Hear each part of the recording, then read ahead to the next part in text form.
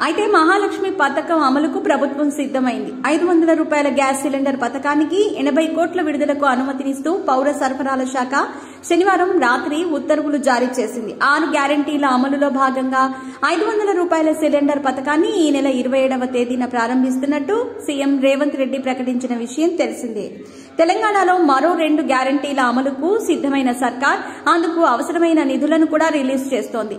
మహాలక్ష్మిలో భాగంగా 500 రూపాయలకే gas cylinder, Gruhajyothi పథకంలో భాగంగా 200 యూనిట్ల లోపు వాడే వారికి ఉచిత కరెంటు పథకాలను ప్రారంభించేందుకు రేవంత్ నేతృత్వంలోని ప్రభుత్వం సిద్దమవుతోంది.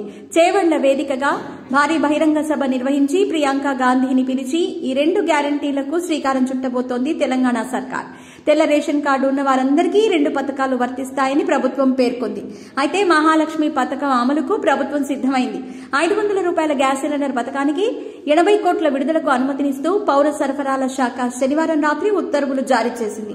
6 గ్యారంటీల అమలులో భాగంగా 500 రూపాయల సిలిండర్ పథకాన్ని ఈ నెల 27వ తేదీన ప్రారంభిస్తున్నట్టు సీఎం రేవంత్ రెడ్డి ప్రకటించిన విషయం తెలిసిందే. ఈ మేరకు పథకానికి నిధుల విడుదలకు అనుమతినిస్తూ పౌర సరఫరాల శాఖ పాలనాపరమైన ఉత్తర్వులు ఇచ్చింది. అయితే మహాలక్ష్మి గ్యాస్ సిలిండర్ పథకానికి 40 లక్షల మంది రేషన్ కార్డు లబ్దిదారులు అర్హులుగా ఉన్నట్టు ప్రభుత్వం ఇటీవల చెప్పింది. అయితే సబ్సిడీ వంట గ్యాస్ స్కీమ్ కి రేషన్ కార్డుకు లింకు పెట్టడం ఆందోళన కలిగిస్తోంది. ఆహార భద్రత అంటే రేషన్ కార్డులు కలిగిన నిరుపేద కుటుంబాలకు మాత్రమే సబ్సిడీ వంట గ్యాస్ సిలిండర్లు పొందేందుకు అర్హులు. అయితే వంట గ్యాస్ కనెక్షన్ దారుల్లో సగానికి పైగా కుటుంబాలకు రేషన్ కార్డులు లేవు. ముఖ్యంగా గత 10 ఏళ్లలో అనేక కుటుంబాల్లోని సభ్యులు వివాహాలతో వేరుపడటం, కొత్త రేషన్ కార్డులు మంజూరు చేయకపోవడంతో కార్డులు లేని కుటుంబాల సంఖ్య బాగా పెరిగినట్టు అధికారులు చెబుతున్నారు. అది సబ్సిడీ గ్యాస్ అర్హతకు సమస్యగా మారిందంటున్నారు.